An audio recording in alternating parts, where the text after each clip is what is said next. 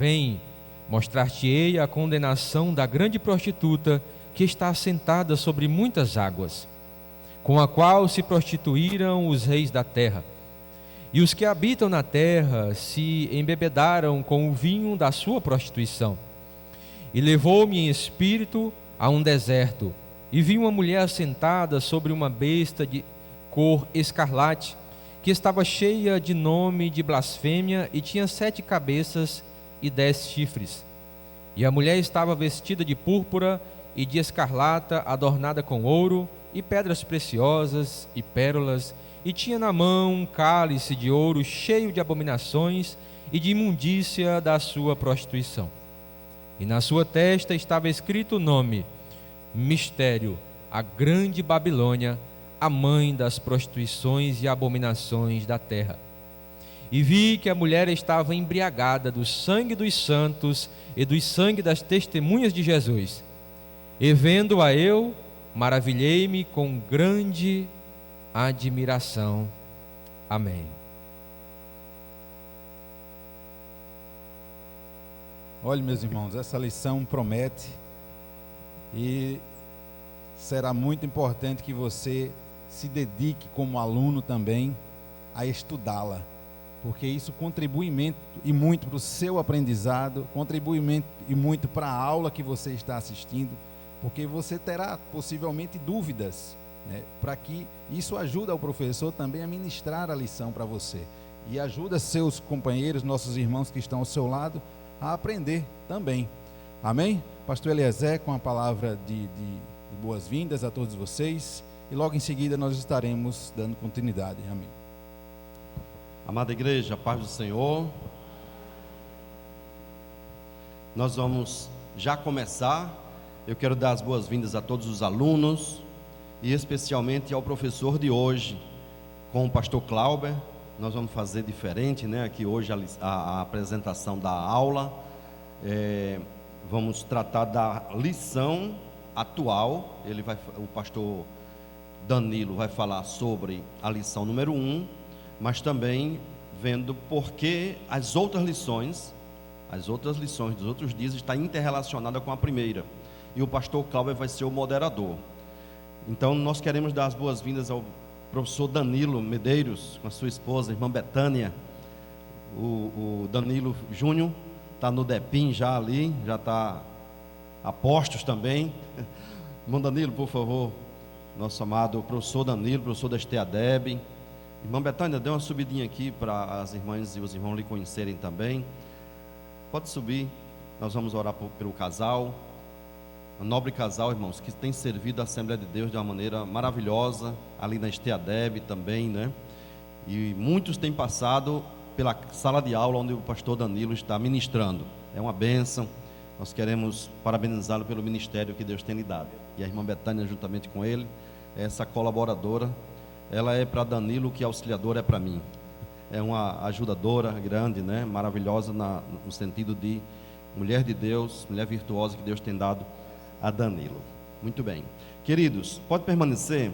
Então, se você não tem a sua lição, adquira, tá? Para você poder participar das aulas que vêm. Ontem nós estivemos na EBD em síntese e foi dada uma síntese. Essa lição está muito boa mesmo, eu recomendo. Eu saí de lá assim maravilhado, com vontade de aprender mais, e todos os irmãos que ali estavam. Ficamos até 6h30 ontem, pastor Douglas ministrando. Hoje ele vai estar em Mossoró, casa cheia, que não teve lugar nem para os coordenadores, que normalmente fica ali embaixo, né? Eu cheguei um pouquinho mais tarde, já estava andando um pouquinho, acho que 5 minutos mais tarde, e aí estava a central toda cheia. Eu tive que subir lá para a galeria, estava super cheia, muita gente, de forma que foi muito boa a EBD em síntese, e nós fomos bem posicionados na participação. Fomos terceiro lugar a nível de setor, né? Terceiro lugar, e hoje eu vou transferir para o superintendente, o nosso irmão Elisandro, a medalha que eu recebi lá em terceiro lugar pela participação vai ser para o nosso superintendente, né? E a igreja recebeu um troféuzinho que no final a gente vai apresentar à igreja, tá bom? Muito bem, querido, uma lição que fala sobre a igreja de Cristo e o império do mal. Nós estamos envolvidos nesse mundo caótico, onde o espírito do anticristo já está atuando. Eu dizia para a auxiliadora, quando uma coisa é concentrada, né, irmão Danilo? Quando é num lugar assim, fica lá nos Estados Unidos, tem um escritório lá onde o espírito do mal está.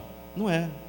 Ele está infiltrado nas diversas camadas da sociedade, e quando você menos espera, está ali atuando na escola, no trabalho, na economia, enfim, na cultura, na religiosidade, na fé das pessoas, na universidade. Você prepara o seu filho, a sua filha, quando chega lá, é uma carga de conhecimento, de socialismo, de marxismo, de ideologia de gênero. Na escola primária, as crianças, você tem que escolher qual é a escola que você coloca, enfim, é todo um aparato que esse sistema babilônico está implantando no mundo, que a gente fica em situação difícil, mas a igreja vai vencer, em nome de Jesus.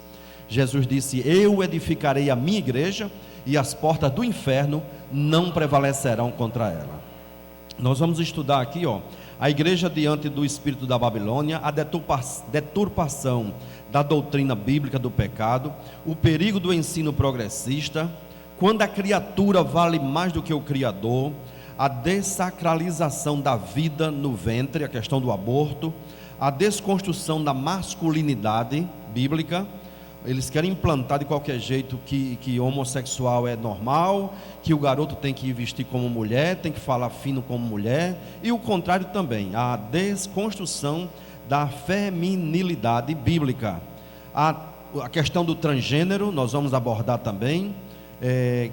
Que transrealidade é essa? Uma visão bíblica do corpo.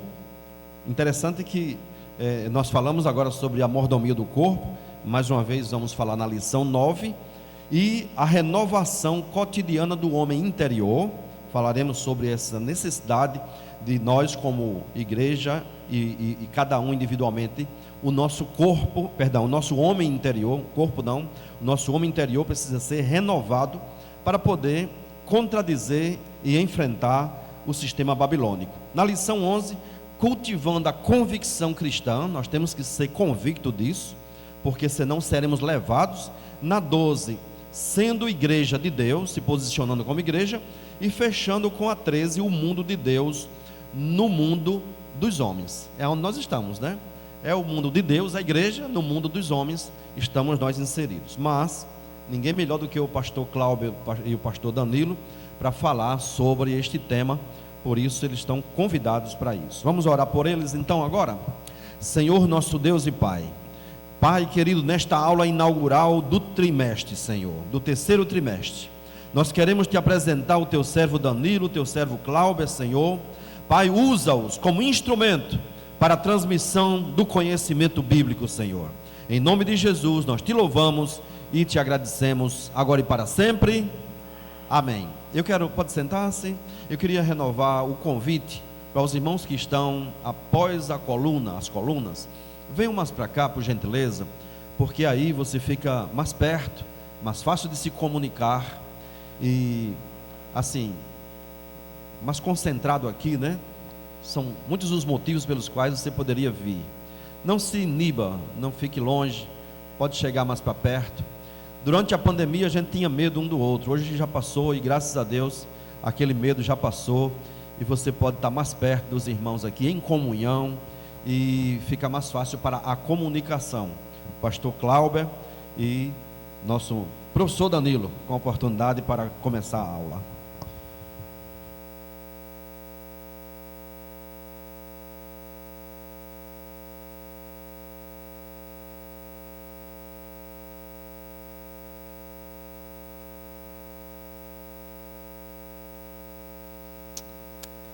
A paz do Senhor, meus irmãos e irmãs, graças a Deus por esta manhã e por este tema tão abençoado que nós vamos abordar neste trimestre.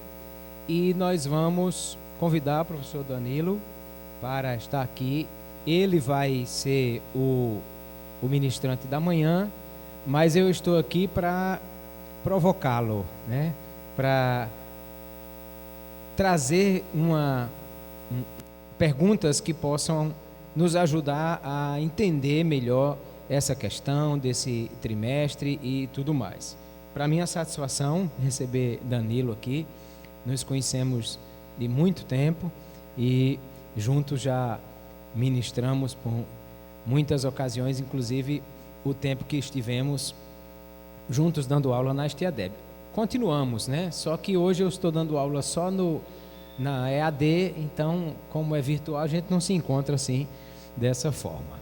Queridos, então, nós vamos começar, professor Danilo, a lição de hoje fala sobre Babilônia, trazendo uma figura lá do Apocalipse, mas mostrando essa figura de Babilônia como uma concentração, né, uma representação do mal e de tudo aquilo que é contrário à fé cristã.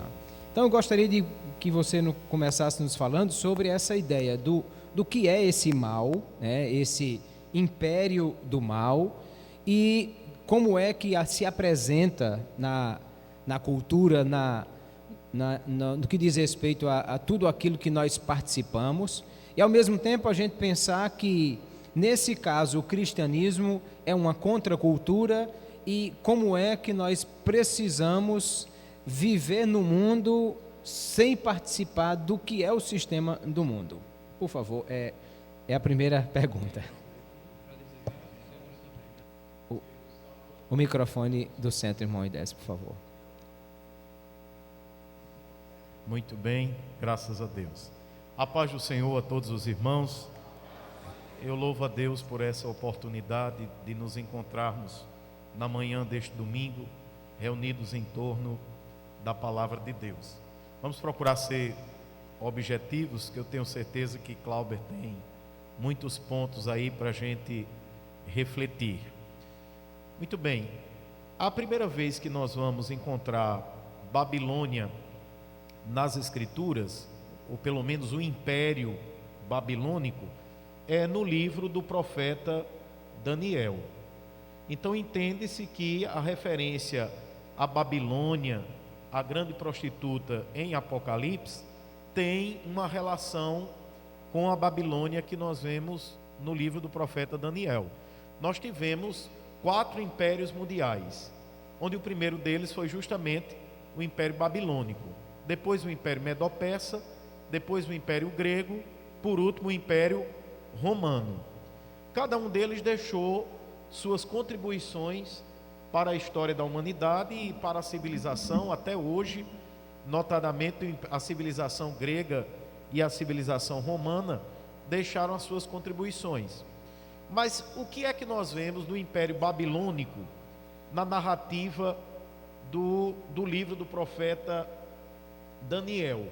Nós vemos um sistema anti-Deus, nós vemos um sistema contrário ao povo de Deus. Nós vamos ter o episódio emblemático, que todos nós conhecemos muito bem, dos 3 jovens que são lançados na fornalha de fogo ardente, porque eles decidiram permanecer de pé e não se dobrar à idolatria do Império Babilônico. Então é essa a postura que se espera da igreja, na linguagem do apóstolo Paulo, como coluna e firmeza da verdade, que a igreja permaneça nesse império do mal, nesse sistema ideológico, a igreja permaneça de pé, hasteando a bandeira do Evangelho de Cristo, das verdades da palavra de Deus, dos absolutos morais das sagradas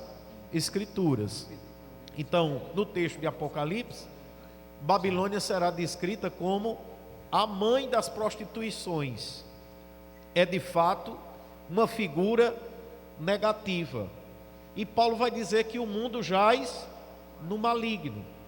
E nós estamos neste mundo como luz do mundo, como sal da terra, para exercer uma influência, para marcar a presença do posicionamento da palavra de Deus, do povo de Deus aqui na terra. Eu estava recordando aqui um outro episódio do livro de Daniel, que é quando o rei Beltesazar manda trazer os vasos da casa de Deus, para beberem, para festejarem com os instrumentos que foram consagrados para uso do Senhor.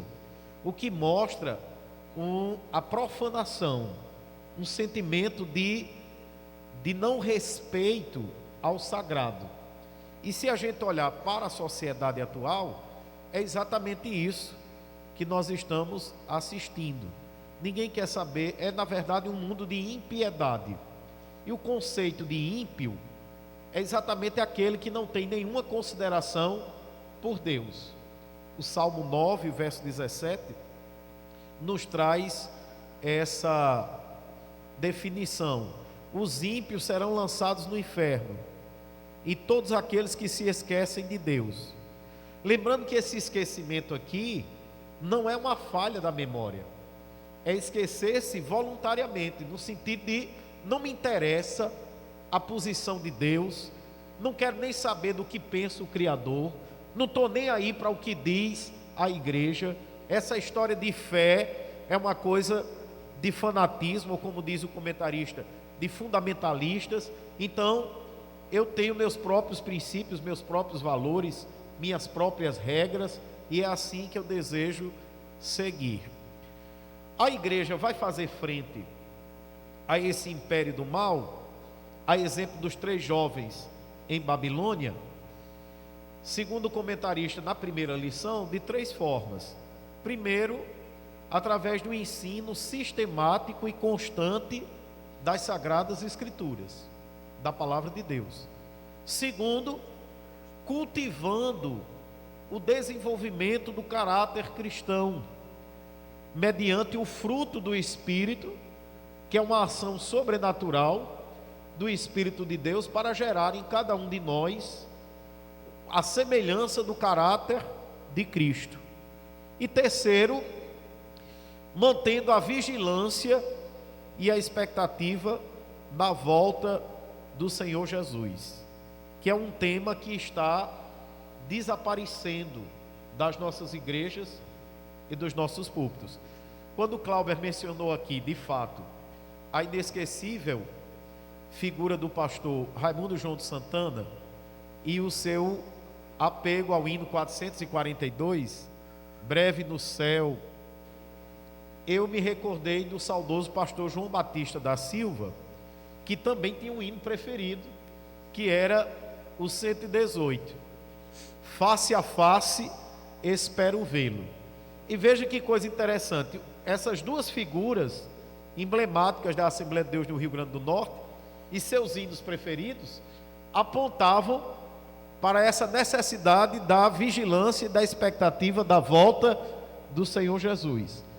Eu me recordo que o primeiro hino da harpa que eu aprendi em 1988, quando eu tinha 10 anos e aceitei Jesus como meu Salvador, na Presidente Bandeira, na antiga Avenida 2, foi o hino 300 da harpa cristã.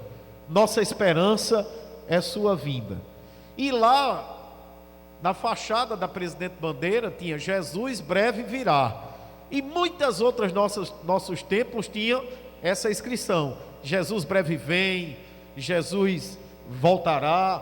E é de se questionar, essas frases desapareceram dos nossos templos e desapareceram também da nossa hinologia. Então o pastor Douglas aponta o ensino sistemático das Escrituras, o desenvolvimento do caráter cristão mediante o fruto do Espírito e a vigilância e a expectativa da volta do Senhor Jesus. São os 3 pontos apresentados na primeira lição para fazer frente ao espírito de Babilônia, a mãe das prostituições, da deturpação da verdade divina. E são 3 desafios para a igreja: o ensino da palavra, porque nós vivemos uma crise do púlpito. Hoje nós temos pregação gospel, nós temos pregação coach, nós temos pregação motivacional, nós temos emocionalismo, nós temos regressão psicológica, nós temos de tudo. E está faltando a palavra de Deus. Porque o que é viva, eficaz e penetrante o que transforma, o que muda o caráter, é a eficácia das Sagradas Escrituras. Não é o desempenho de quem fala, a oratória, a eloquência, a capacidade, mas é a ação sobrenatural da palavra mediante a aplicação do Espírito Santo. Então Babilônia é tomada aí como essa figura representativa do mal e de todo o sistema satânico, mundano, antideus, profano, secular, e a igreja deve fazer frente a isso de pé, como coluna e firmeza da verdade, mostrando a verdade de Deus através do ensino e através da vida, do comportamento, do procedimento no cotidiano. Professor Danilo, dentro dessa perspectiva do que é viver em Babilônia e tomando como base o segundo ponto principalmente, como é que nós podemos pensar sobre essa questão? Primeiro, existe o aspecto, claro, do ponto de vista das ideologias. Nós vamos tratar disso um pouquinho mais à frente. Mas eu gostaria de pensar já sobre a questão do ponto de vista prático do comportamento. Como o cristão vai viver em Babilônia, né, tomando essa figura da Babilônia.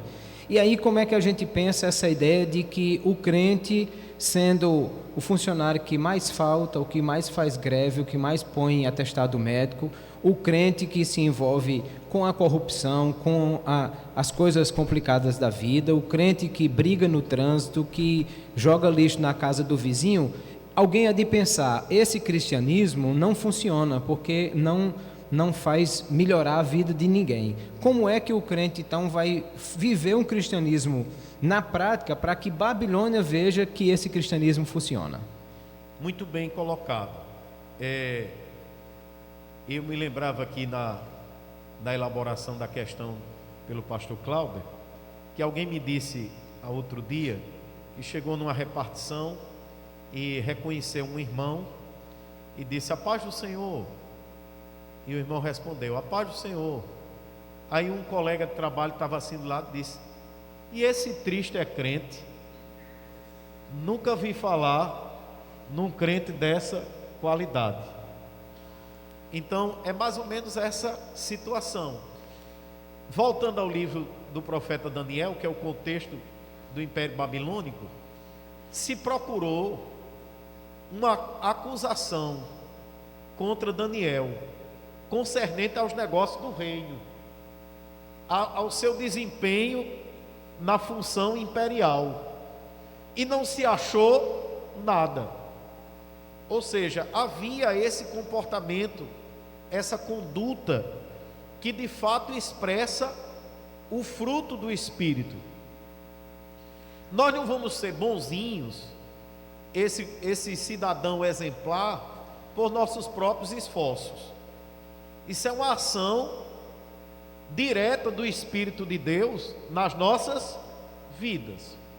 Mas essa construção do caráter de Cristo, que irá determinar a minha conduta e o meu comportamento, ela irá depender da minha cooperação com o Espírito de Deus na minha vida. Daí porque Paulo vai dar, no contexto de Gálatas 5, aquelas 3 recomendações: andai em espírito, guiados pelo Espírito e vivendo no Espírito. Se não houver da nossa parte essa busca da comunhão com o Espírito Santo, para que ele modele o nosso caráter em conformidade ao caráter de Cristo, para produzir um comportamento prático, uma conduta ética, nos exemplos que o pastor Cláudio aqui mencionou, no trabalho, na escola, na faculdade. Olhe, longe de querer me colocar como modelo para alguém, eu tenho convicção que eu não sou modelo para ninguém seguir. Mas eu me recordo de uma situação da minha época escolar. Eu estava cursando o ensino médio e naquela época eu já trabalhava. Meu primeiro trabalho foi nas feiras livres de Natal. Eu comecei a trabalhar com 17 anos como feirante. Então, eu trabalhava na feira de Igapó, na feira do Carrasco, na feira do Alecrim, e eu não tinha balança. A balança, naquela época, a melhor balança era a balança Filizola, aquela de ponteiro. E a maioria das balanças da feira era de 2 pratos.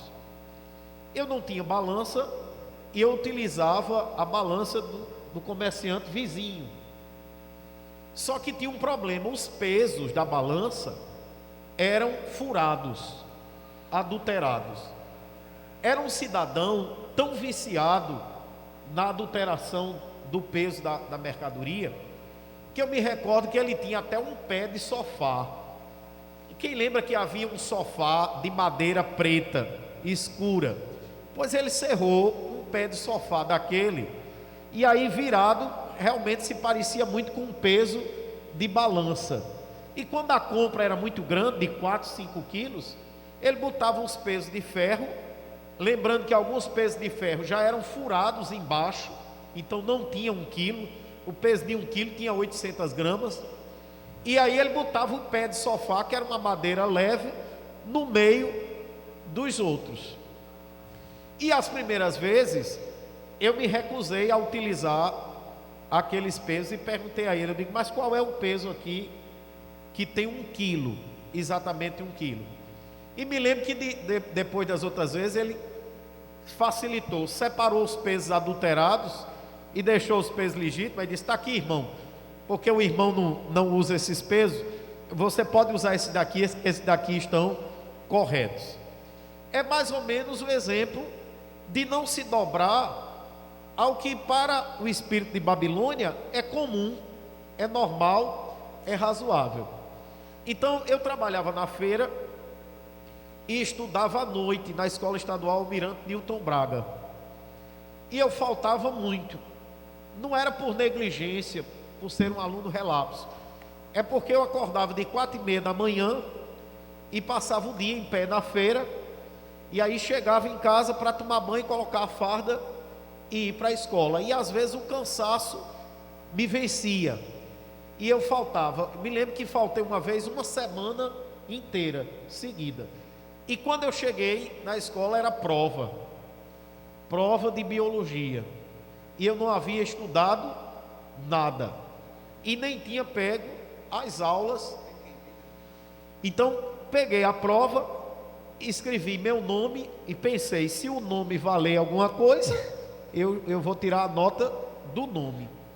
E aí o professor, não sei se percebendo que estava todo mundo em dificuldade com a prova, ele saiu, propositalmente saiu da sala e foi na sala dos professores, para oportunizar que a cola corresse solta.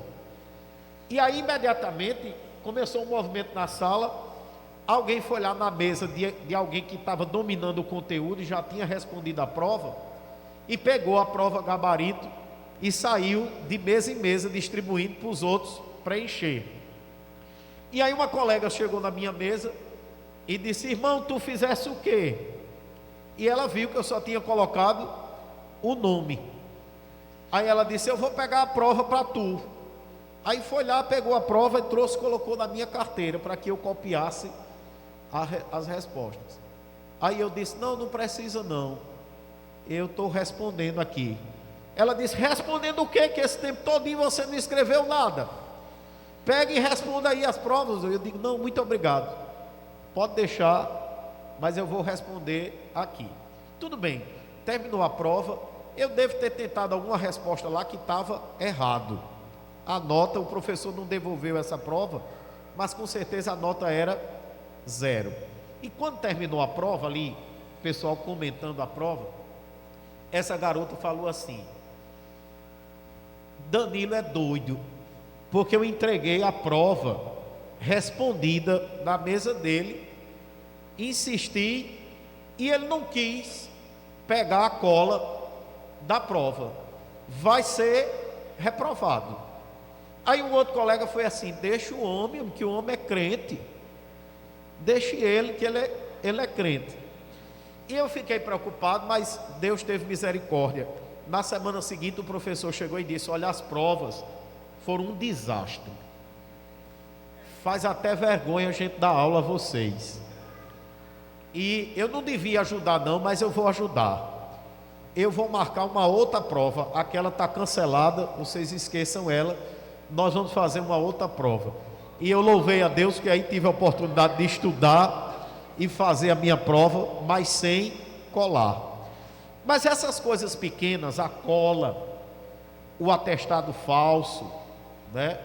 A história do irmão que disse que o inimigo está se levantando contra ele no trabalho, porque ele está deixando de fazer o trabalho para ler a Bíblia no horário do expediente. Não está certo. O horário do expediente é para atender o expediente, mas ele disse que era o inimigo se levantando contra ele. Então essas questões da nossa ética, que confrontam não só com o espírito da Babilônia, mas com o jeitinho brasileiro, nós temos que repensar. Eu me lembro que eu disse uma vez, eu nunca colei na escola, e a pessoa ficou rindo e debochando. Colou não, que você é santo. Eu digo, bom, se eu sou santo eu não sei, agora eu estou lhe dizendo que eu nunca colei, porque de fato eu nunca colei. Não me lembro de eu ter fraudado um exame, uma avaliação, colando de ninguém. Mas ela achou tão absurdo o fato de alguém não colar na escola. Ela disse, quem cola não sai da escola. Eu digo, pois eu saí sem colar. Você acredite ou não, mas eu não colei. Então, de fato, quem é esse homem, essa mulher, esse funcionário público, essa estudante que vai hastear a bandeira do Evangelho? Antes do mundo olhar para o que você está dizendo, eles vão olhar para o que você está fazendo, para a nossa prática, para a nossa conduta de vida. Eu já vou concluir, Cláudio, mas um ponto que eu sempre coloco na oportunidade que tenho de falar para casais. A qualidade dos nossos relacionamentos, e eu me refiro especificamente ao relacionamento conjugal, ela não é importante somente para a qualidade de vida, para o bem-estar do marido e da esposa. Ela é fundamental também para os futuros relacionamentos que nossos filhos terão. Porque os primeiros professores de relacionamento que nossos filhos têm, somos nós. Cláudia tem 4 filhas. Todas elas aprenderam com você e com Raíra. Nossos filhos aprendem dentro de casa sem a gente nem se dar conta que nós estamos dando aula de relacionamento. Então essa ética do relacionamento, ela vai determinar, quem sabe, o grau de dificuldade ou a felicidade do relacionamento futuro de nossos filhos. Porque eu estava num lugar com a irmã Betânia e uma filha de pastor disse assim: Deus me livre de me casar, muito menos para ser mulher de pastor. E já vi também uma outra que disse: Deus me livre, eu não quero me casar não, para viver que nem meu pai e minha mãe, quero não, prefiro estar sozinha. Então, que exemplo, uma vez que Paulo diz que nós devemos resplandecer como luzeiros neste mundo. Que exemplo de casal, que exemplo de casamento, que exemplo de família, que exemplo na vizinhança, que exemplo onde nós chegamos, nós estamos dando. Se não tivermos esse aspecto da conduta ética, da conduta cristã, ninguém vai dar atenção ao que nós dissermos. Podemos estar com a verdade de Deus, o melhor argumento, mas aquilo que nós fazemos fala tão alto que alguém não consegue ouvir o que nós falamos, por causa da nossa conduta, do nosso comportamento. Muito bem, professor Danilo. Esse trimestre nós vamos ter muitos temas desafiadores. E temas como, por exemplo, na lição 2 nós vamos falar sobre a questão do pecado social, questão 3, vamos falar de teísmo aberto, demitologização. Na questão 4, humanismo. Na lição 5, aborto, depois homossexualidade, transgênero, erotização, relativismo. A pergunta é: por que esses temas precisam ser tratados na escola dominical? Qual é a importância de nós abordarmos essa questão e por que cada aluno da escola dominical precisa estar inteirado desses temas? Muito bem. Quando eu vi a temática da lição, assim como o pastor Eliezer de Souza, eu me alegrei por o currículo da escola bíblica dominical trazer essas questões para o foco do ensino e da aprendizagem. Porém, pastor Eliezer, me veio uma preocupação. Eu fiquei imaginando em alguns obstáculos ou alguns desafios que a escola bíblica dominical terá durante esse trimestre. Cito o primeiro deles: a formação dos nossos professores. A pouca carga de leitura para lidar com os conceitos. Será um trimestre muito conceitual e que vai tratar da exposição de ideologias. É um trimestre essencialmente apologético, onde você vai ter o que diz determinada ideologia e a refutação à luz da palavra de Deus. Então eu tenho esse receio a falta de preparo. Dê graças a Deus que não é o pastor Claudionor Corrêa de Andrade, porque se fosse ele o comentarista, aí haveria um terceiro obstáculo, que era o obstáculo vocabular, porque Claudionor fala e escreve utilizando um português que eu não sei nem de que período é aqueles termos que ele vai buscar. E a linguagem, ela precisa ser comum a quem fala e a quem ouve, a quem escreve e ao leitor, para que o processo de comunicação possa se efetivar.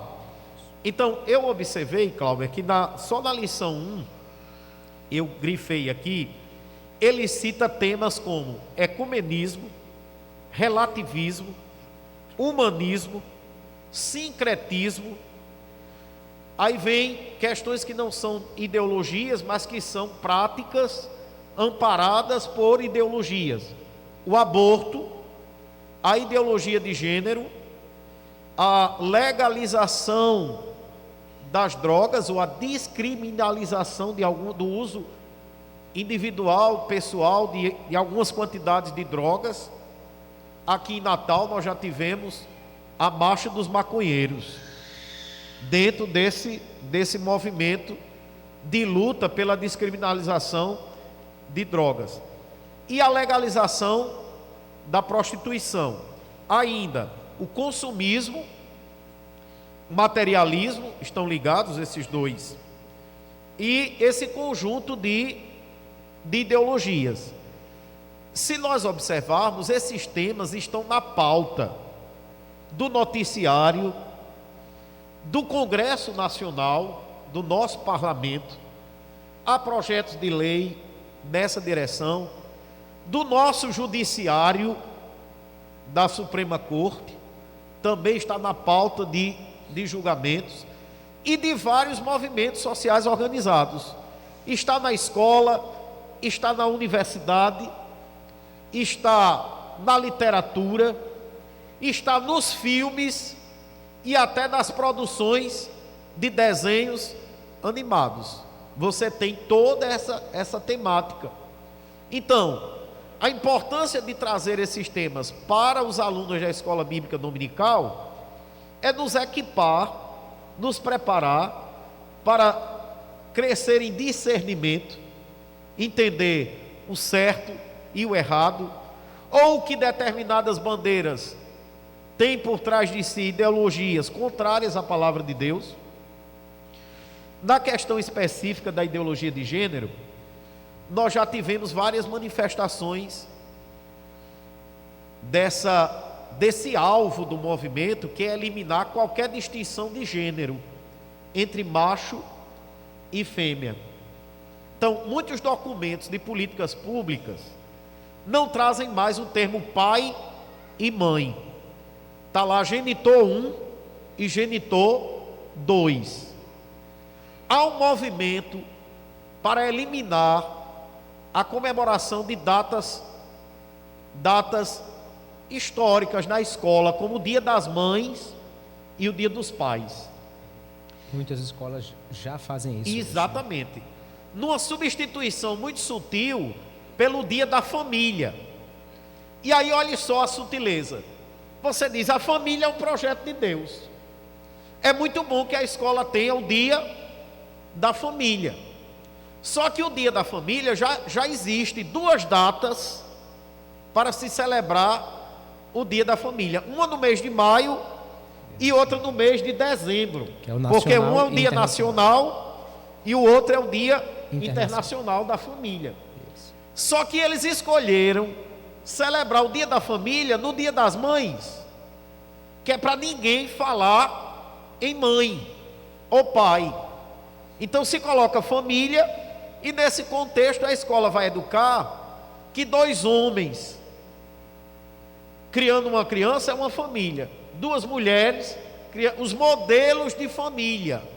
E supostamente a ideia é preservar a criança que não tem pai ou que não tem mãe, porque tem 2 pais ou 2 mães. Exatamente. De ser alvo de alguma situação de dificuldade na escola. Então, o que é apresentado é bonito, é um projeto que parece ser interessante. Gera até uma dificuldade para você se contrapor. Perfeito. Agora, o que está por trás é outra ideia. A primeira vez que essa proposta chegou numa escola que eu trabalho, veio como recomendação da Secretaria Municipal de Educação, que em vez da celebração do Dia dos Pais, na época a tentativa foi substituindo o Dia dos Pais, se celebrasse o Dia da Família. E aí uma professora apresentou exatamente esse argumento que Clauber nos trouxe, porque as crianças que eram criadas por pais homossexuais, ou 2 homens ou 2 mulheres, ficavam confusas com essa data, Dia das Mães. Aí ela olhava 2 mulheres, e ela, afinal de contas, quem é minha mãe e quem é meu pai? Ou ficavam confusas com o Dia dos Pais, olhando para 2 homens, e quem é o pai e quem é a mãe, se todos 2 são homens. Ora, se cria a confusão e depois quer se impor. Aí eu disse, me diga uma coisa, quantos alunos nessa escola nós temos cujos pais são homossexuais? Ninguém me respondeu, ficou em silêncio. Eu digo, quer dizer que nós vamos colocar uma situação hipotética, mesmo que nós tivéssemos 15, 20 alunos nessa condição. Onde está o princípio democrático?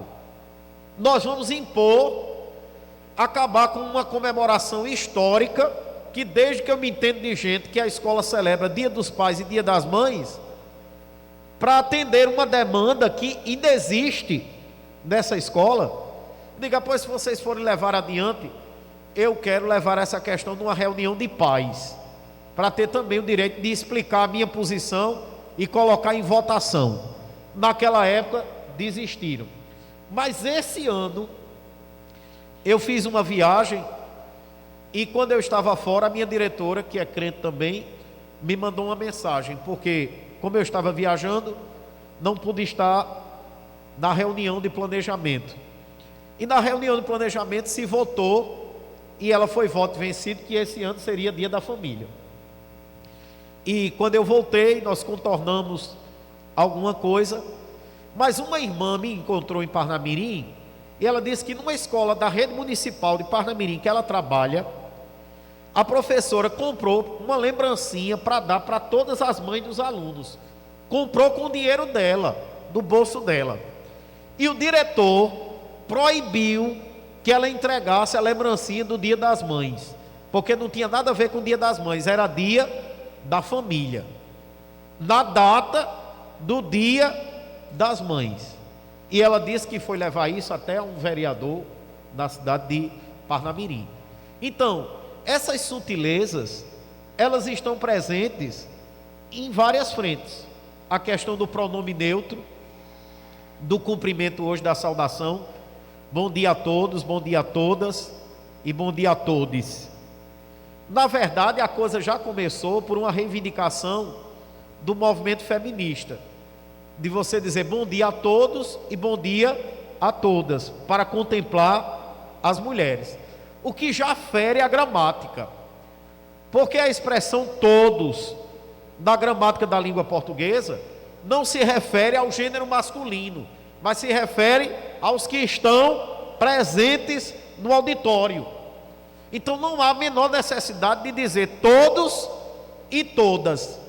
Mas aí o politicamente correto se impõe, e aí a pessoa, para ficar certinho e não deixar as irmãs de fora, aí diz a paz do Senhor a todos e a todas.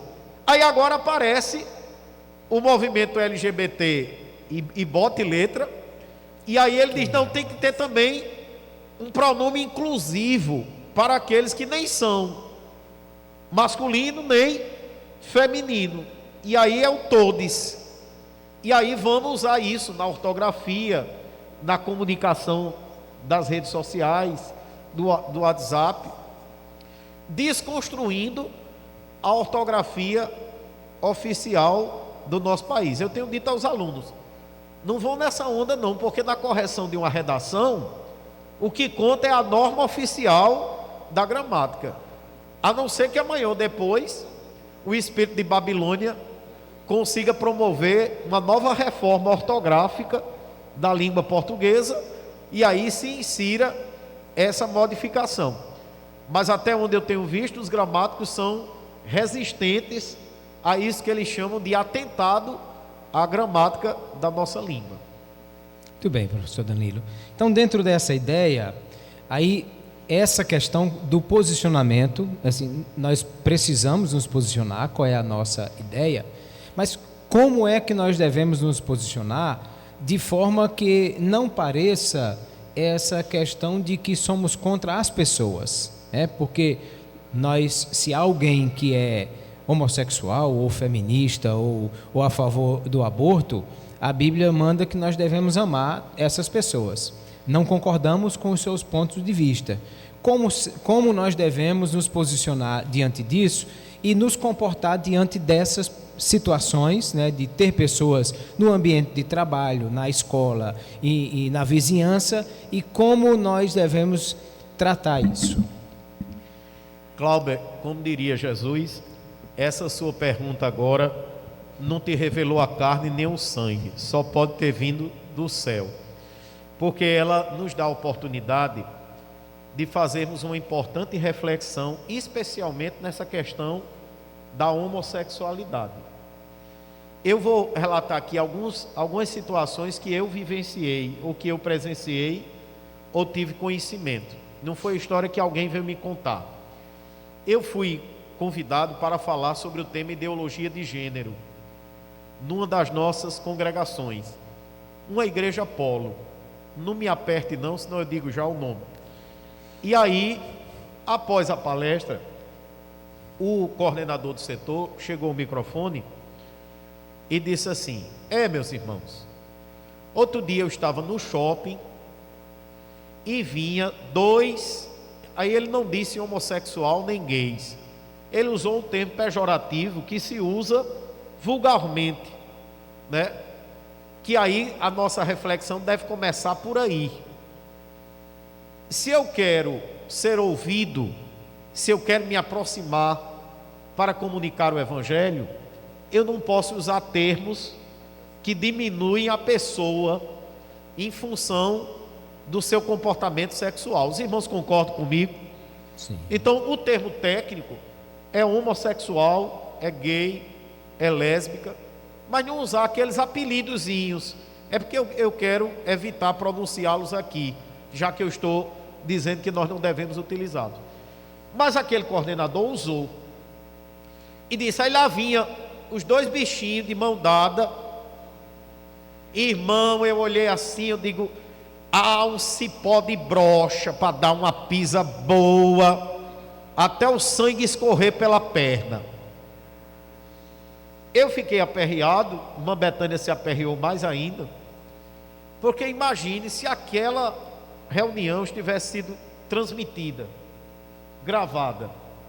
Pior, imagine se um dos irmãos, com muita luta, convidou um homossexual para assistir essa palestra, e ele se deparasse por parte do líder da igreja com uma declaração desse tipo. Ele ia dizer um discurso de ódio. Esse lugar aqui está tomado de ódio, porque a necessidade de espancar, bater uma pessoa, até fazer sangue, é tudo menos uma conduta cristã. Nosso Senhor jamais compartilharia com isso. Uma outra situação que eu vivenciei foi num simpósio de cosmovisão cristã, lá na Zona Norte, numa igreja. E o palestrante que me antecedeu um dia, alguém fez uma pergunta: como é que eu devo tratar um homossexual? A pergunta era mais ou menos essa. E o palestrante disse: olhe, eu não quero conversa com esse tipo de gente, nem para carregar minha bolsa, tirar daqui e botar acolá. Eu não quero negócio com esse povo. E interessante que a resposta foi tão grosseira que a própria igreja teve o discernimento. E no dia seguinte, alguém já tinha me contado o episódio, era a minha vez de falar. O meu assunto não era sobre gênero nem homossexualidade, mas aí me repetiram a pergunta veio, e eu entendi que alguém estava querendo testar, porque aluno é aluno em qualquer lugar, independente da aula. Eu já dou aula já há 22 anos, e aluno é bicho frechado, como dizia minha avó. Se ele não aceitar uma coisa que o professor disse, aí ele espera Cláudia chegar e diz: professor, isso é assim, assim, assim, o que é que o senhor acha? Aí Cláudia vai dar a opinião dele. Ele disse: pois o professor Danilo disse diferente, disse que não era desse jeito não. Aí quando pensa que não, ele já jogou um professor contra o outro. Aí me mandaram a pergunta, e eu disse: olha, eu vou, antes de responder essa pergunta, eu vou devolver com outra pergunta para nos ajudar a refletir. A pergunta é: como eu devo tratar um homossexual? E eu pergunto: como é que eu devo tratar o bêbado? Como é que eu devo tratar o mentiroso?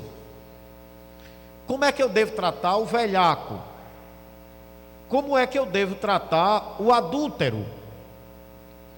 Como é que eu devo tratar o corrupto? Por que a pergunta não veio sobre esses outros pecados? Veio especificamente com relação à conduta homossexual. Nós todos conhecemos a máxima que Deus ama quem? Quem é que Deus ama? O pecador, mas aborrece o pecado.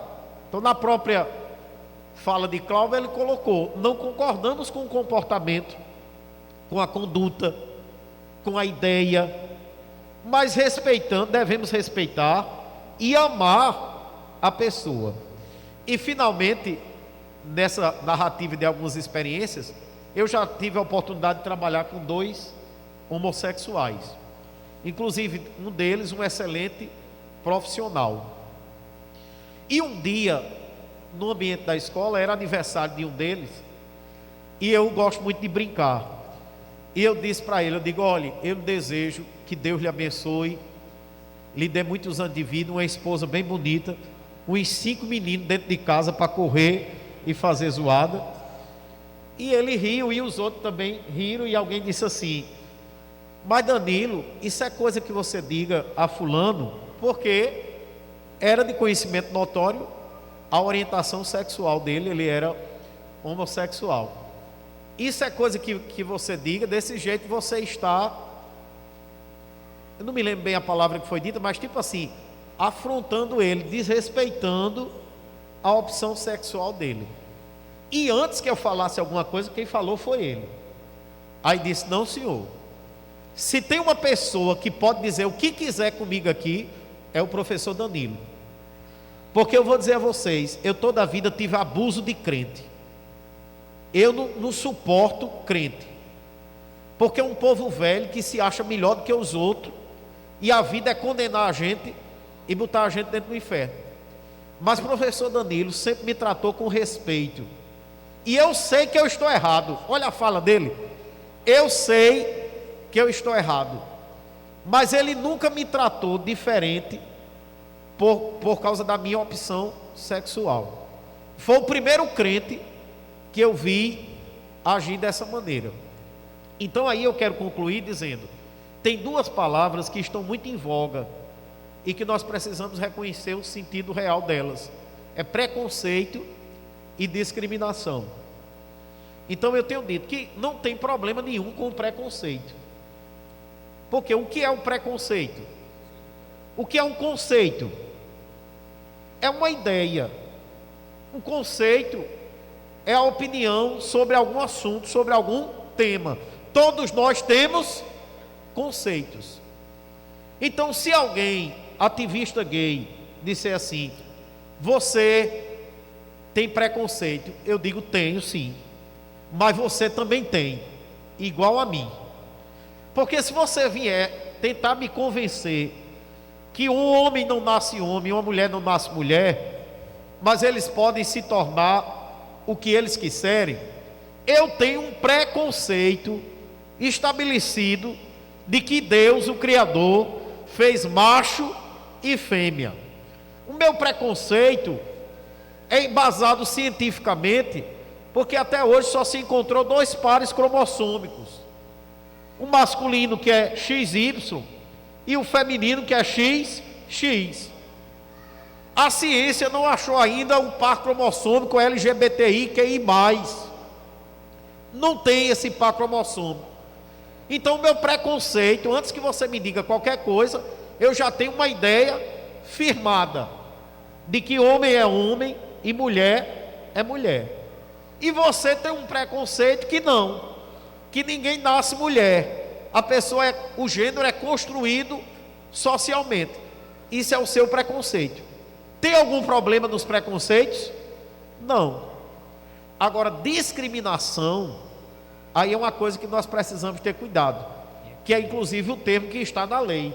E é crime, né? Isso, exatamente. A lei não trata de preconceito, a lei trata de discriminação. Porque o que é a discriminação? É oferecer tratamento diferenciado a alguém em função do seu credo, da sua raça, da sua profissão ou da sua orientação sexual. Eu estava ouvindo a Voz do Brasil, não sei nem se chama mais Voz do Brasil, mas eu vinha no carro ouvindo no rádio, e foi apresentado na Câmara dos Deputados um projeto de lei que criminaliza a discriminação aos profissionais de limpeza urbana, o gari. E aí uma parlamentar que estava falando disse que o gari pede água numa casa e a pessoa traz a água, e quando ele vai devolver o copo, a pessoa diz: não, pode ficar para você esse copo, eu não quero mais o copo não, porque o gari bebeu água naquele copo. Isso é discriminação. Na hora que entrar um homossexual aqui na igreja e os irmãos se levantarem tudinho da bancada porque um homossexual sentou no banco e você não quer ficar perto dele, isso é oferecer tratamento diferenciado a alguém em função da sua orientação sexual. Então nós temos que ter cuidado com a discriminação.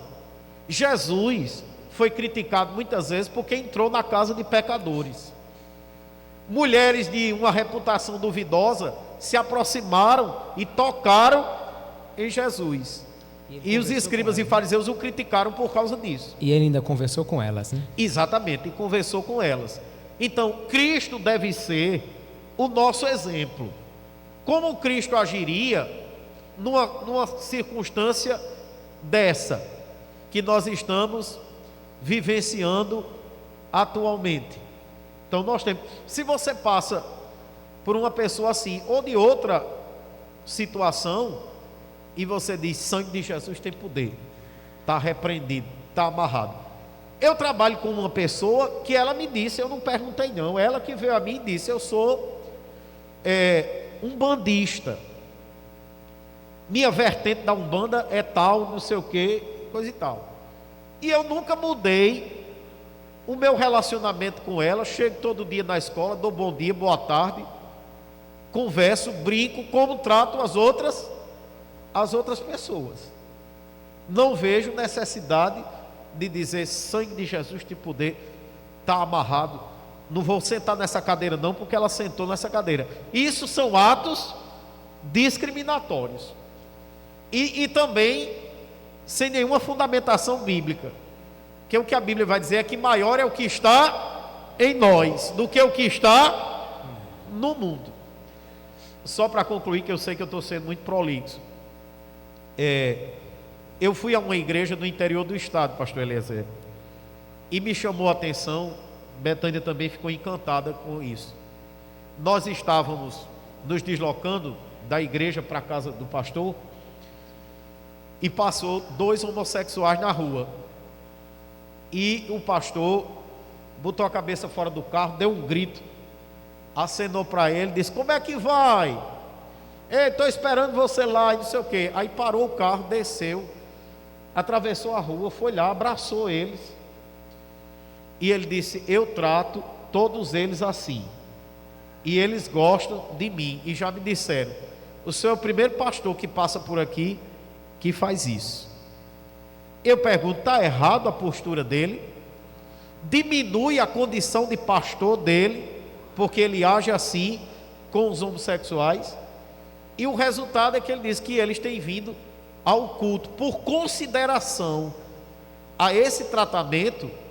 Eles têm vindo assistir o culto na Assembleia de Deus. Então, eu acho que essa é uma reflexão importante que nós devemos fazer como cristãos. Muito bem, queridos, nosso tempo já está se esgotando. Eu quero abrir, se alguém tem alguma pergunta para fazer. Recomendo que faça uma pergunta fácil para não estragar a amizade, né? Mas, assim, se alguém tiver alguma pergunta, claro que, veja, hoje não é dia de nós tratarmos com profundidade nenhum desses temas, porque nós vamos ter o trimestre todo para tratar disso. É verdade. Só do tema homossexualismo, homossexualidade, feminilidade e transgênero, são 3 lições específicas. Então nós vamos ter muito tempo para tratar disso. Mas se alguém tem alguma pergunta que gostaria de fazer agora sobre o que está sendo dito nessa manhã, especificamente da lição 1 ou da abordagem geral sobre esses temas, se tem essa pergunta, levanta a mão para mim saber quem gostaria de fazer e pode fazer a pergunta. Irmão Escildo.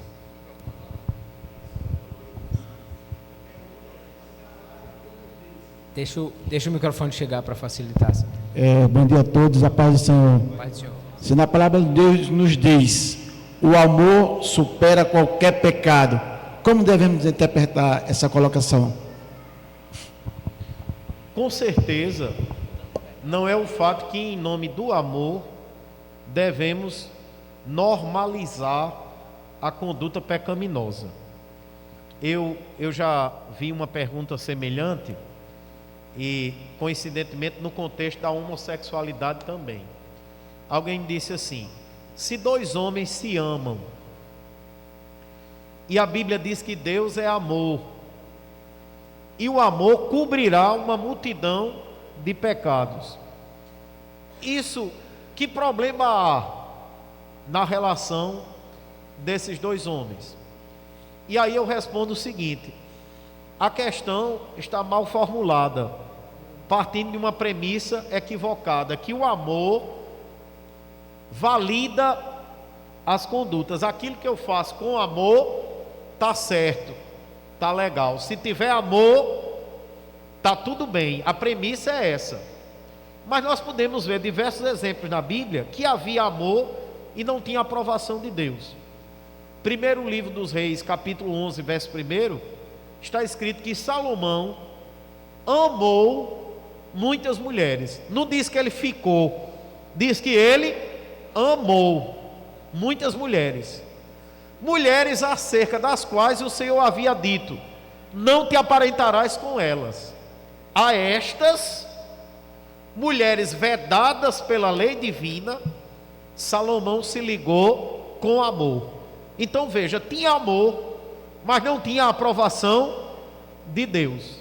Então a mesma coisa com o pecado. O amor deve destinar-se à pessoa, nunca às ideias que ela apresenta ou ao comportamento, à prática, o estilo de vida, especialmente se for pecaminoso, né? É aquela máxima que todo crente conhece desde novo convertido: Deus ama o pecador e aborrece o pecado. Então, em nenhuma parte da Bíblia o amor vai legitimizar algo que seja pecaminoso. E tem outros exemplos. 1 João 2,15 diz: não ameis o mundo, nem o que no mundo há. Então, é um direcionamento do amor para uma coisa que não tem aprovação divina. Alexandre e Demas abandonaram o apóstolo Paulo amando o presente século. Olha, havia amor, só que é possível amar o que não presta, o que não é bom e o que não tem a aprovação de Deus. Amém?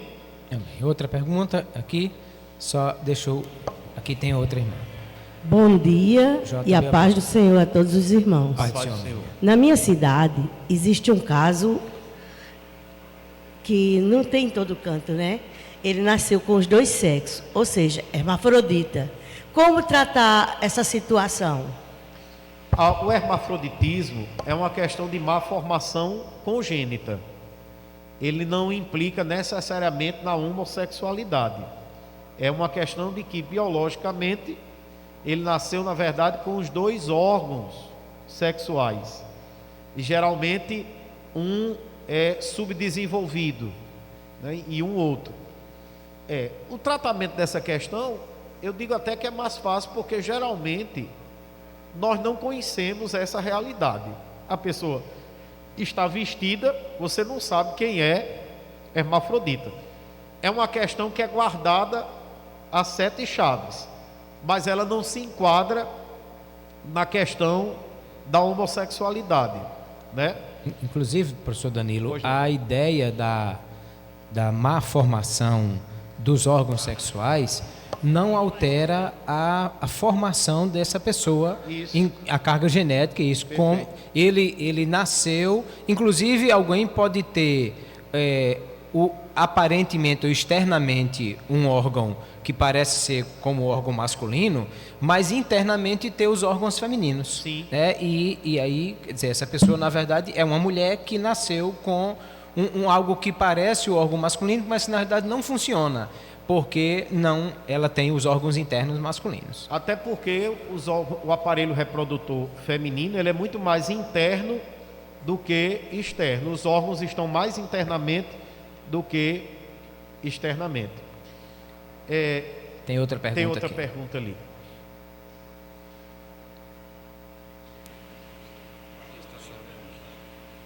Certo. Paz do Senhor, pastor. Paz do Senhor. Existe aquela passagem em Levítico 18:22, né, que especifica sobre não se deitar com a pessoa do mesmo sexo. E o pessoal do grupo, né, LGBT, eles gostam muito de se defender, falando que é um contexto antigo, né, que não seria do Velho Testamento e deveria ser ignorado. Como é que o senhor nos instruiria sobre o argumento para refutar essa colocação deles? Muito bem. Se o argumento for que por ser do Antigo Testamento deve ser ignorado, você tem também passagens bíblicas no Novo Testamento, na Nova Aliança. Uma vez eu ouvi alguém dizendo que o termo homossexual teria sido traduzido erroneamente e que por erro de tradução estaria no texto bíblico. Eu disse, não procede, porque em Romanos capítulo 1, que inclusive será texto da leitura bíblica em classe de uma das nossas lições, Paulo não usa homossexual, Paulo não usa gay, não utiliza o termo lésbica, nenhuma terminologia. Ele descreve a prática, chamando de torpeza, de uso contrário à natureza, varão com varão cometendo torpeza. 1 Coríntios capítulo 6 Paulo também vai descrever, numa lista de vários pecados, num contexto neotestamentário, ele vai usar dois termos, 6 e 9 de 1 Coríntios, se eu não estou enganado. Ele vai usar o termo sodomita e o termo efeminado.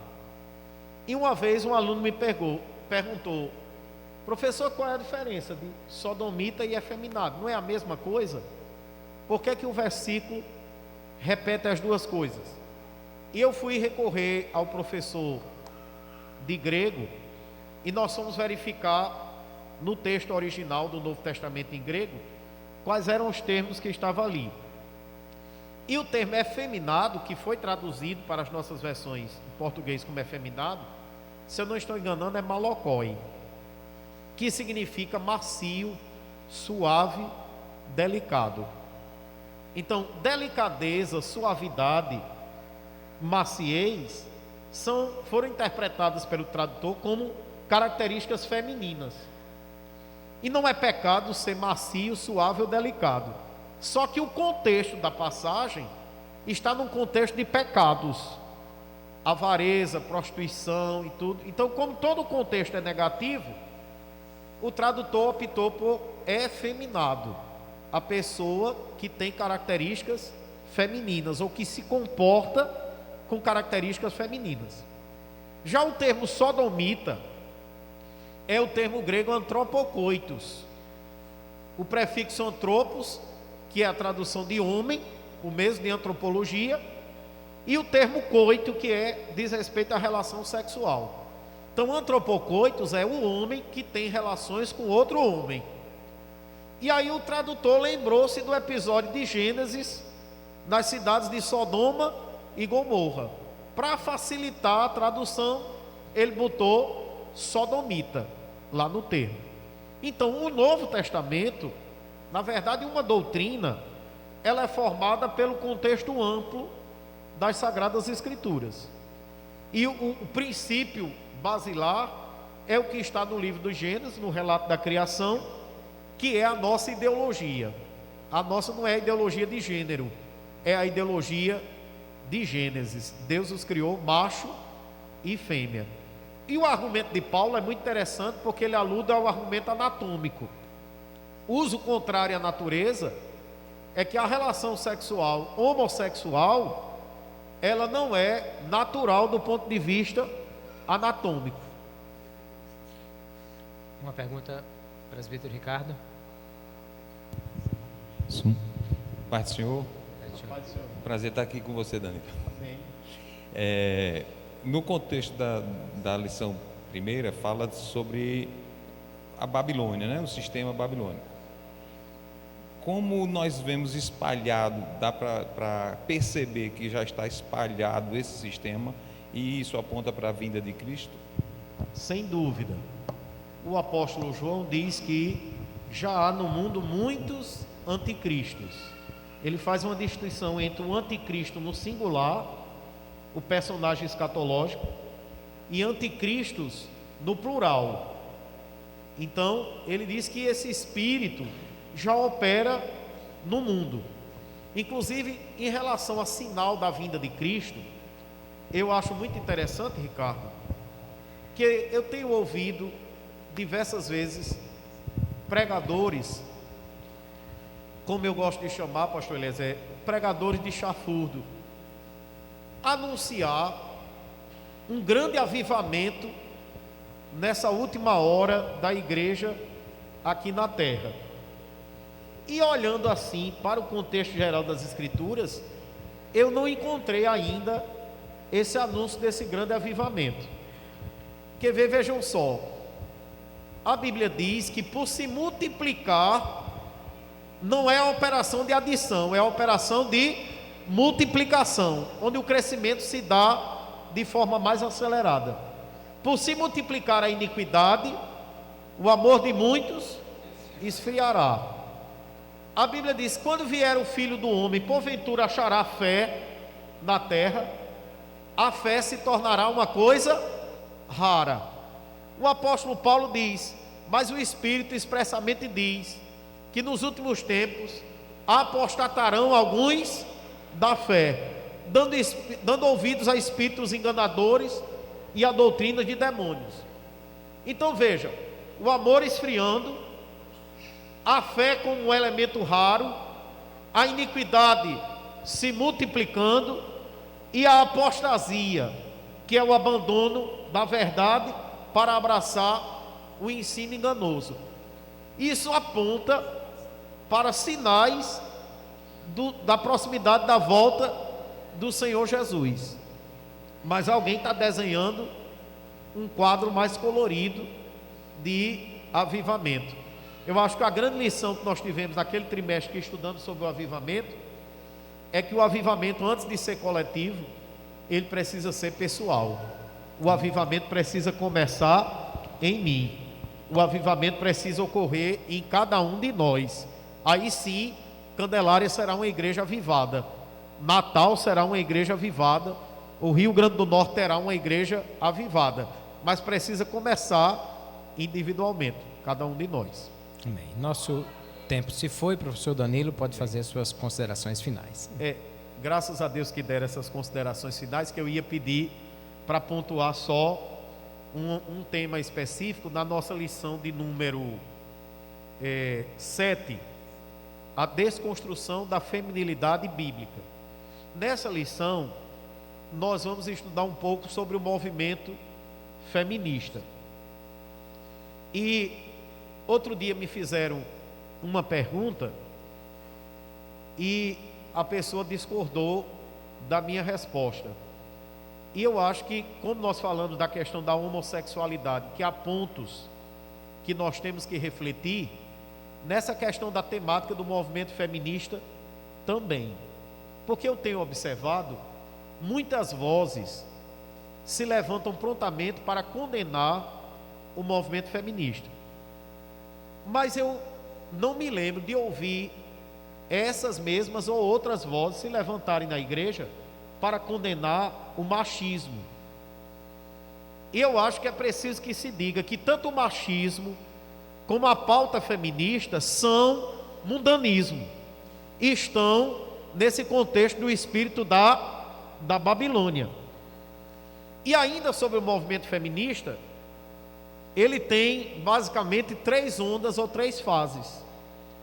A primeira fase, que foi o movimento sufragista, foi a luta pelo direito do voto das mulheres. O Rio Grande do Norte, inclusive, se destaca na figura de Nísia Floresta, Juvenal Lamartine e o governador José Augusto Medeiros, que foi quem sancionou a lei antes do Brasil. A mulher teve o direito de votar no Rio Grande do Norte antes do nosso país. Eu pergunto a vocês, a mulher ter o direito de votar é uma coisa de Deus ou do diabo? É uma coisa certa ou errada? Certa. Então, houve uma contribuição histórica significativa para as mulheres. A segunda onda do movimento feminista foi o direito, a luta pela igualdade de direitos trabalhistas. Inclusive, isso é uma pauta tão antiga, mas esse ano a Câmara dos Deputados aprovou uma lei que pune as empresas que pagarem salários diferenciados a mulheres e homens na mesma função. A multa é de 10 vezes o salário do funcionário, porque não se justifica. Se eu e uma mulher fazemos o mesmo trabalho, dar aula, por exemplo, por que ela vai receber um salário menor porque é mulher? Então foi também, eu pergunto, essa luta é certa ou é errada? É justa ou é indigna? É justa. Muito bem. Aí houve uma terceira onda, que aí essa a gente já começa a encontrar espinhos. Ele dizia o pastor João Batista: peixe é bom, mas tenha cuidado com as espinhas do peixe. Então, a terceira onda, ela vai trazer a pauta da violência contra as mulheres. E aí, a pessoa discordou, mas aí eu trago a nossa reflexão. Qual é o cristão, em sã consciência, que vai negar que não exista violência doméstica ou violência contra as mulheres?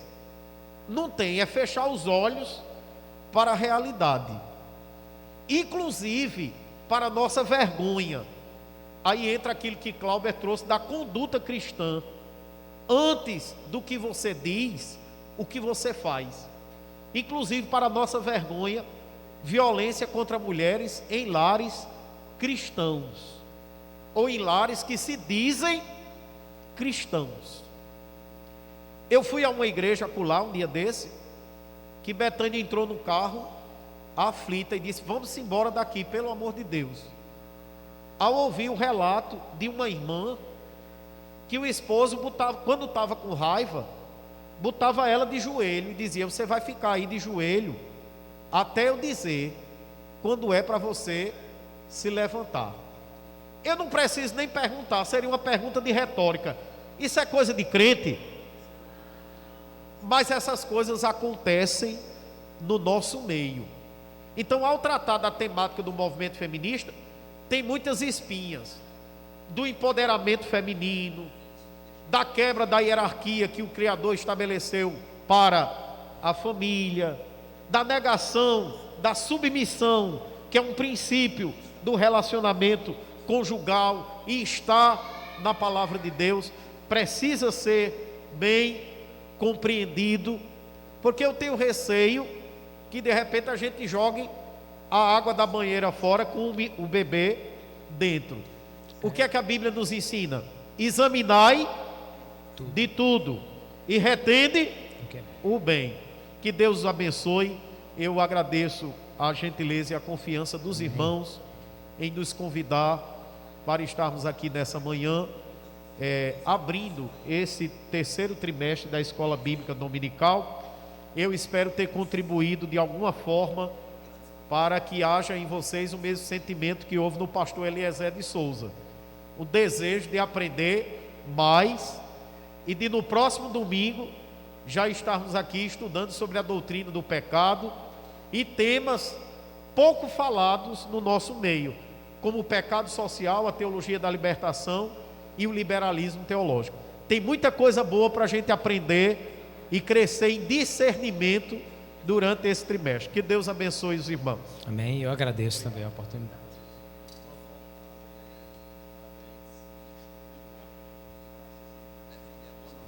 Graças a Deus, o Senhor foi muito bom conosco em nos oportunizar, um dia como este, termos aqui professor Danilo Medeiros e pastor Clauber Maia, né, com esse momento tão rico e que nos faz crescer espiritualmente e na graça e no conhecimento da palavra do Senhor. O Senhor tem sido muito bom conosco. Amém? Vamos proceder para finalizar. Antes eu queria chamar aqui nosso irmão Michael Moura. Ele vai orar pelas ofertas. Eu queria que nossos obreiros já se posicionassem. Convidar a irmã, me lembra o nome dela que eu esqueci, irmã Sandra, para nesse momento, após a oração, ela louvar ao Senhor. Irmão Michael. Mais uma vez, saúde os irmãos com a parte do Senhor. Convidar os irmãos a estarem em pé nesta oportunidade, os obreiros se posicionarem aqui. Estaremos fazendo o nosso melhor no momento aqui do ofertório. Queremos apresentar a Deus este momento. Faça com alegria, certamente a sua oferta tem uma destinação nobre e através dela nós também conseguimos disponibilizar uma estrutura agradável e adequada para que possamos aqui desenvolver as atividades pedagógicas e de ensino da palavra do Senhor. Nós sabemos que os meios, eles não são fundamentais, mas eles nos ajudam a facilitar o ensino e a aprendizagem. Então, você também pode fazer essa sua contribuição ofertando, e neste momento nós teremos também ali, o irmão Hamilton está com a maquineta, quem desejar fazê-lo é só levantar a mão que ele estará indo até você. Oremos então. Deus bendito, Pai eterno, nós te louvamos, Senhor, por esta manhã em que fomos aqui ricamente abençoados pela ministração e ensino da Tua palavra. Agora, neste momento, nós queremos te apresentar a tua igreja, que irá ofertar a ti, meu Deus. Prospera, abençoa, abre portas, sustenta os teus filhos e dê a eles condições, meu Deus, para que cada dia possam estar na tua casa com alegria e contribuindo com a tua obra com amor, porque assim diz a tua palavra. Nós te agradecemos e fazemos isso em nome de Jesus. Amém. Podeis assentar.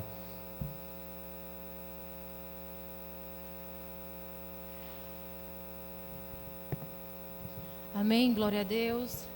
Saudamos da igreja com a paz do Senhor. Coisa boa aprender de Jesus, né? Pena que o tempo corre. Inclusive, eu estava até falando ali que eu estava atrasada para subir ali para ensaiar com o conjunto Betel. Mas somos servos.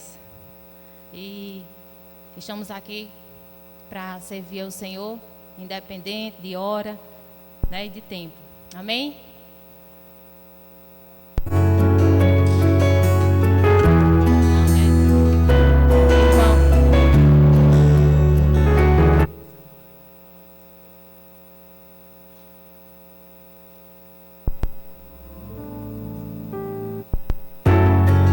Lucas, por gentileza, procura aqui para mim.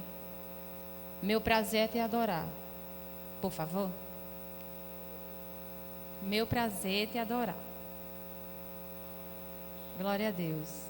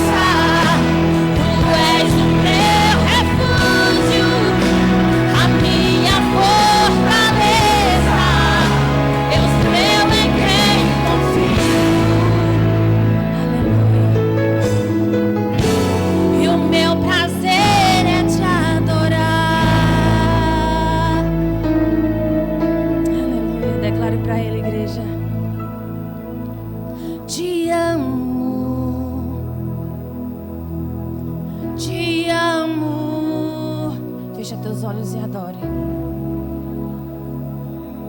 Meu Senhor, te amo, te amo, te amo, meu Senhor, te amo, te amo, te amo, te amo, Senhor, meu Senhor,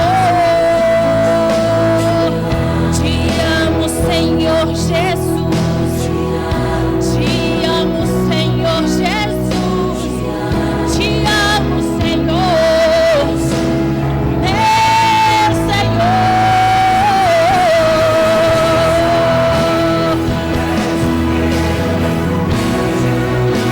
A minha fortaleza, Deus meu em quem confio. Tu és a minha força, tu és o meu refúgio. A minha fortaleza, Deus meu em quem confio. E o meu prazer é te adorar.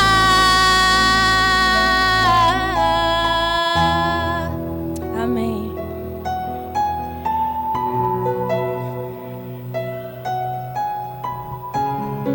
Estamos. Obrigado, irmã Sandra. Deus abençoe a senhora. Deus tem levantado talentos aqui para servi-lo. Já estamos finalizando. Eu peço um pouquinho de paciência para os irmãos. Hoje é um dia típico.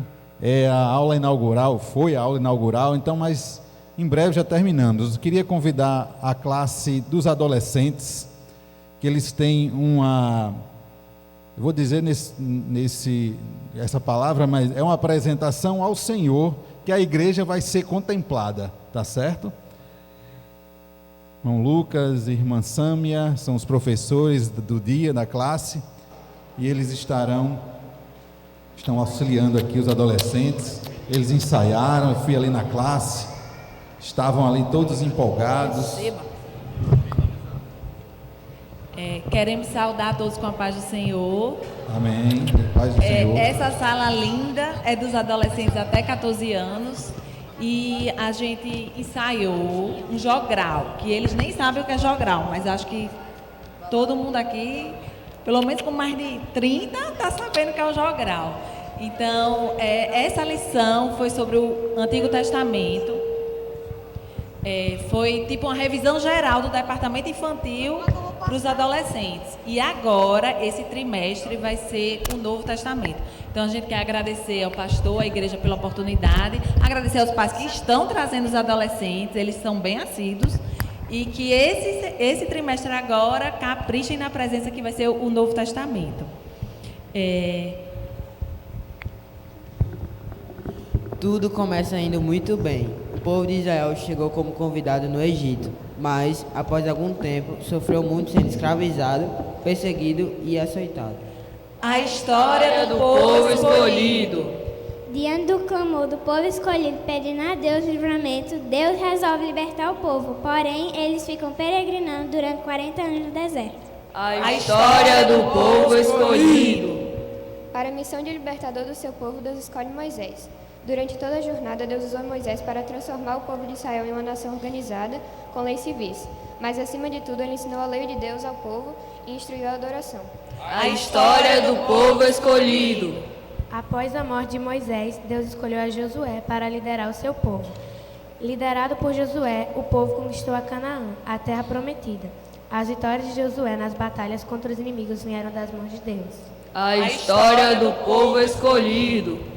Já na terra prometida, o povo foi liderado por juízes. O período dos juízes foi marcado pelo ciclo: desobediência, derrota para inimigos, clamor a Deus, liderança por um bom juiz e vitória sobre os inimigos. A história do povo escolhido. Samuel foi um juiz, profeta e sacerdote usado por Deus para trazer o povo de volta a Israel.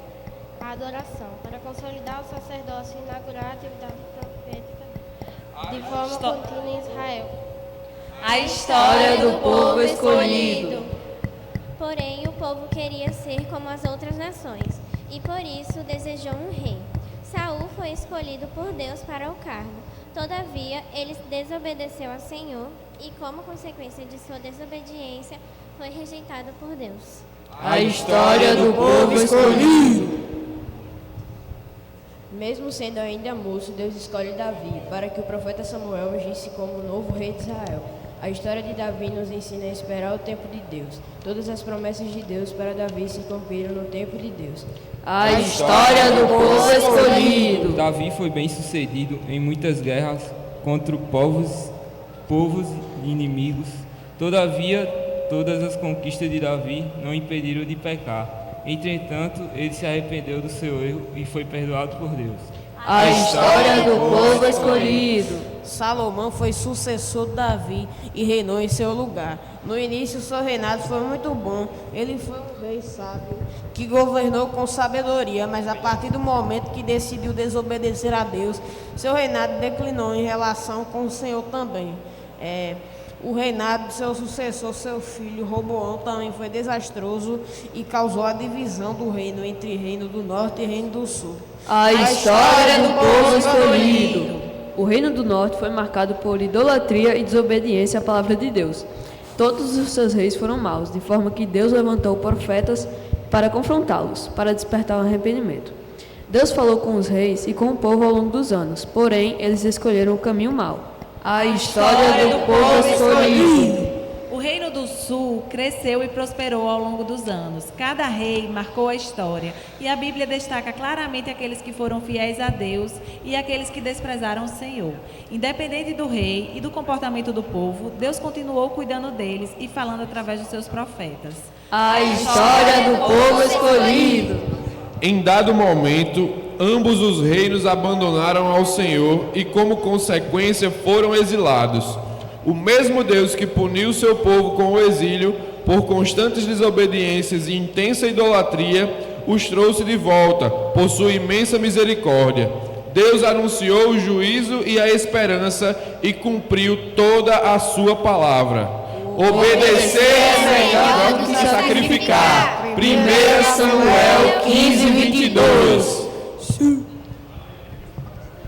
Nós agradecemos a oportunidade em nome de Jesus.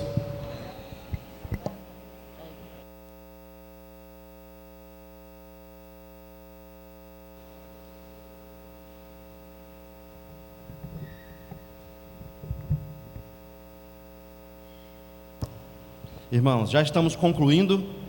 Quero agradecer a Deus esta manhã maravilhosa de estudo da palavra e também nosso professor Danilo. Que Deus abençoe, nossa irmã Betânia, Danilo filho também, que está ali já. E queremos agradecer ao pastor Cláudio por sua participação especial. Queridos, só os avisos para nós concluirmos então. Hoje à noite nós temos o culto de missões. Estará pregando a nossa irmã Gilqueia.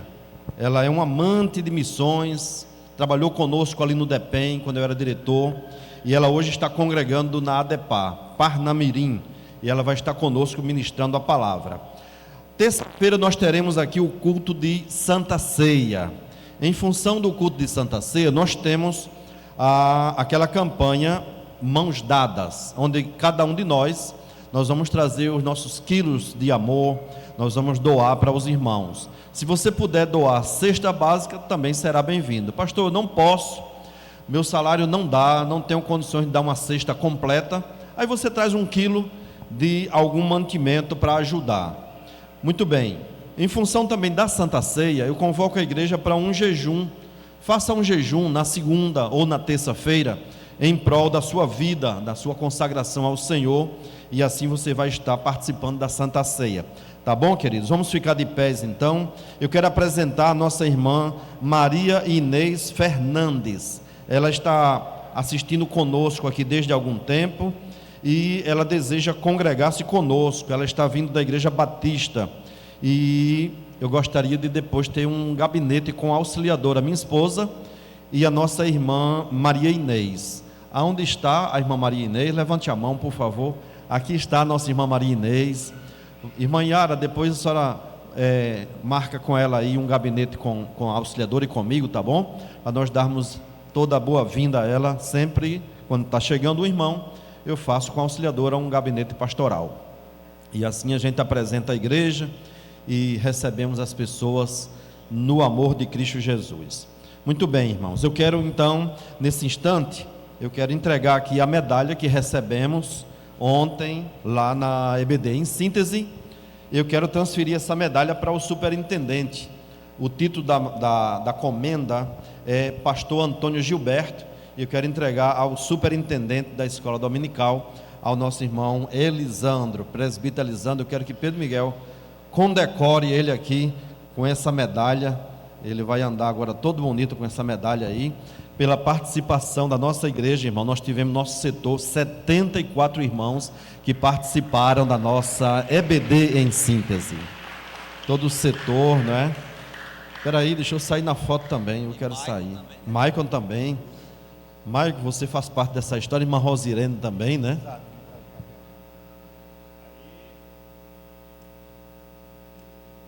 Pronto, essa foto vai para o Facebook e para o Instagram da igreja. Olha só. Parabéns então aos professores que participaram, foi uma bênção.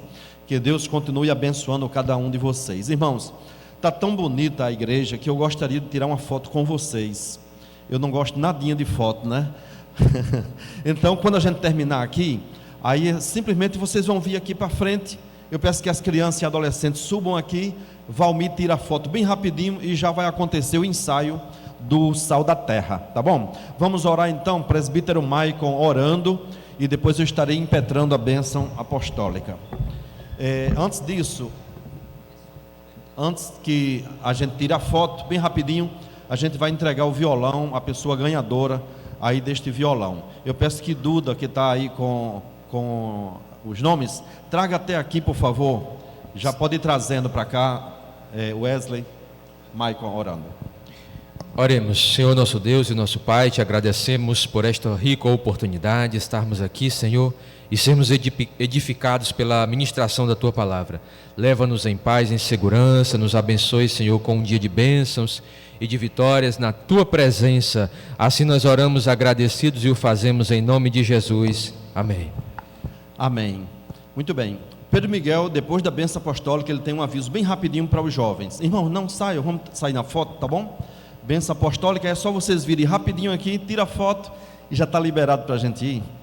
Que a graça do nosso Senhor e Salvador Jesus Cristo, o amor de Deus, nosso eterno Pai, a comunhão e a consolação do Espírito Santo, seja com todo o povo de Deus, agora e para sempre. Amém.